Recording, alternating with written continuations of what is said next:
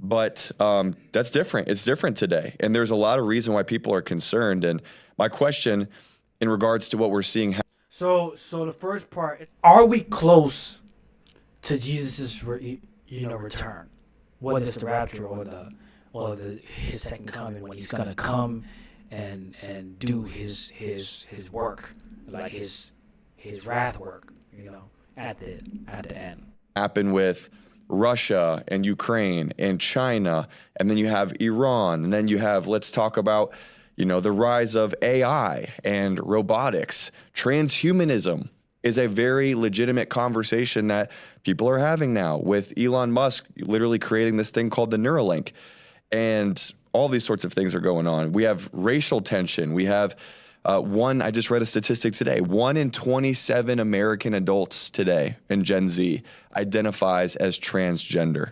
1 in 27. If you were to look at the chart, it's a literal exponential rocket ship of people identifying as not being born in the right body. With all of those sorts of things happening, my question to you is, are we on the cusp of Jesus's return when we look at all of these things happening? What's your take? Well, the short answer is, according to eschatology and Bible prophecy, absolutely, yes. We are at 11:59 on the prophetic clock, and it's very important that your audience understand that's what separates the Bible from every other religious book. There's no other religious book or religious system that has the authenticity, the historicity, the provability that the Bible has. And one of the main backbones of the authenticity of Scripture is its prophetic content. About 30%, most scholars that study that would break it down, 27 to 30% of the Bible is prophecy content. And about 80% of those prophecies have already come to pass with complete and total accuracy. Not one single error, not one single contradiction. Yep, the Bible does not contradict itself. You hear a lot of arguments with certain topics that people want to say that they do, but looking at the prophecy and seeing all that has happened throughout history and what the Bible said was going to happen has happened 100%.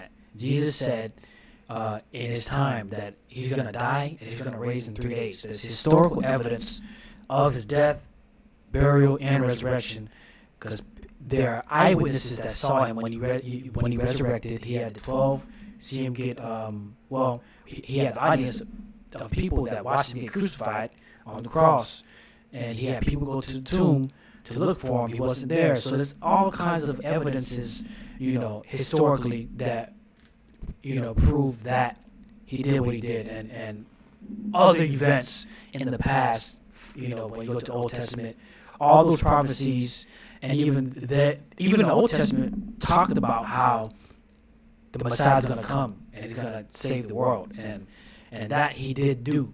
So that's like one primary example. But let's continue the video. The Bible has been that accurate prophetically. So even the intellectuals that may be listening, that doesn't need a person of great faith to hold to. If you're a betting man in Vegas, if 80% of some prediction has come to pass exactly as was stated, you're going to bet the farm on the remaining 20% coming to pass with the same authenticity.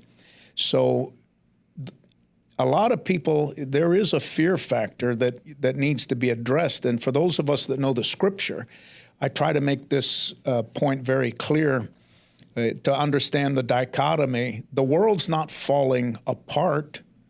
The world's falling in place.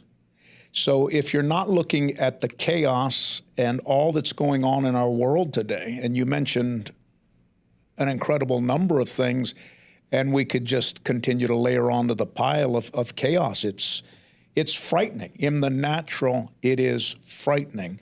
But to those of us who our lives are built upon the foundation of God's eternal truth, and we have that prophetic perspective of knowing what God said would happen in the last days, claim the world's not falling apart. It's falling into perfect prophetic place. But I think what the world needs to understand, and listeners need to understand, is this focuses primarily around Israel. That's the centerpiece of Bible prophecy. And there are 15 nations mentioned specifically by name in Bible prophecy that are key parts of end time prophecies that are still around. And a lot of people don't like it when I say it, but it's the truth. You cannot put America in Bible prophecy by name. Now, I'm not saying America won't play a part in prophecy. I believe they already are.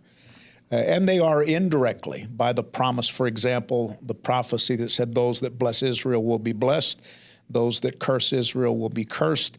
But there's a propensity in the West. We want everything in the world and everything in Christianity and everything in prophecy to revolve around the United States of America and who's the president and Democrats and Republicans and all of that political war. But America is suspiciously absent in the pages of final Bible prophecy because America is not the centerpiece of prophecy. Boom. So we're going to stop right there on that clip. You know, a lot of good stuff, a lot of important information that he said. And yeah, just looking at, you know, all that we are seeing and all that we know from Scripture, we're definitely tuned in for an interesting time in history. To be alive now, you know, is an amazing time to be alive. I mean, technology is skyrocketing. The Neuralink thing that he was talking about, all these different type of, you know, all these different type of things that we see now. I mean, AI. You see how advanced AI is becoming. Things are looking more and more real. You know, honestly, it's kind of scary because there's going to be a point where people don't know what's real and what's fake. And a theory that I had some time ago, or I said some time ago, I don't know if I said it on here, but I might have said it in a conversation, is that people, I think, won't believe what they're seeing when Jesus returns, or even probably the rapture, because of so many fake videos, so many AI type content. We're gonna get numb in a sense to all that is happening, all that we see, because it's everywhere. It's saturated. So I wonder if that is the case. If people will not believe it's real, or if they think it's some kind of like alien thing. I don't know, but I suspect that people will have doubts even at that time because of how technology is so advanced. And I even think we're going to get to some kind of holographic type of technology to where we can talk to people like they're there, but they're not there. But the hologram will be there. You know, we see it in movies. These shows that are futuristic, they show us something that is probably already created. A lot of these things that we see on these movies and TV shows, a lot of them are already existing. A lot of the technology. We think it's just a movie. No, they're telling you right in front of your face, hey, this is real. Like, this exists. You know, but a lot of us just enjoy the entertainment and don't even look past what's being shown to us.